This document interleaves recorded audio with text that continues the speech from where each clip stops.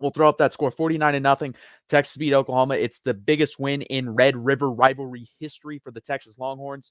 Previously, it was 33 points, which has happened twice, done by that national championship team and done by a team back in the 1940s. So great win by the Longhorns. At the end of the day, I'm not going to look too much into this win because I don't think Oklahoma is very good. You saw them lose last week to TCU, who I think is a good team. Obviously, they are 6-0 right now. So good job for the Horned Frogs. Good season so far. But you get destroyed last week. And then you get shut out this week. They're out of the conference championship race for sure now. There's no chance for Oklahoma recovering from this going forward in the Big 12 with a stacked Big 12. You see Kansas losing Jalen Daniels, but then still playing well enough to win this game, win that game. They lost 28-21, I believe, or was it 35-28? It was one of the two. It was a very good game. Jacob Beam comes in for Kansas, plays very well. Overall, though, let's get back to this game. Quinn Ewers played great.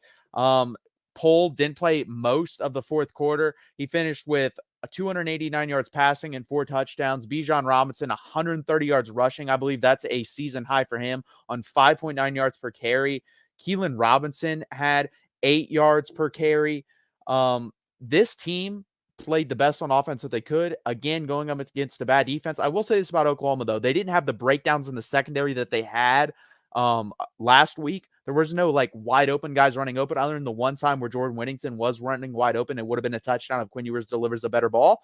It wasn't a terrible ball. I think Jordan Whittington should have caught it.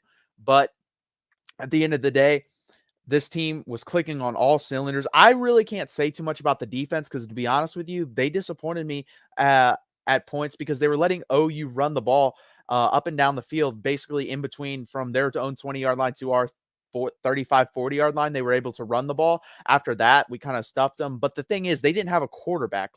We should have known the run was coming, and we should have stuffed the run better than we did. But overall, great job by the Texas defense. Deshaun Jameson, the last couple games, has played the ball very well in the air. That is something our cornerbacks have struggled with in the past.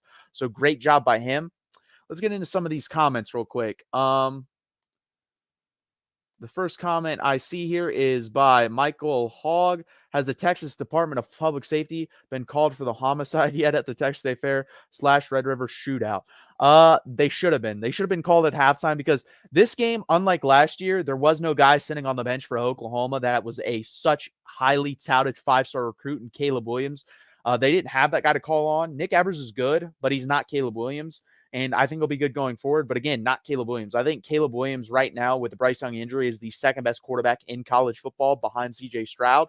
So once they got down like that and all they could do was run the ball basically, and Bevel is absolutely terrible. They didn't trust General Booty, obviously, which, I mean, my God, that's an interesting name to give to someone. But they didn't trust him, obviously. So overall, just a abysmal showing by the Sooners. I think they may win 2 more games going forward. I don't think it's a very good team.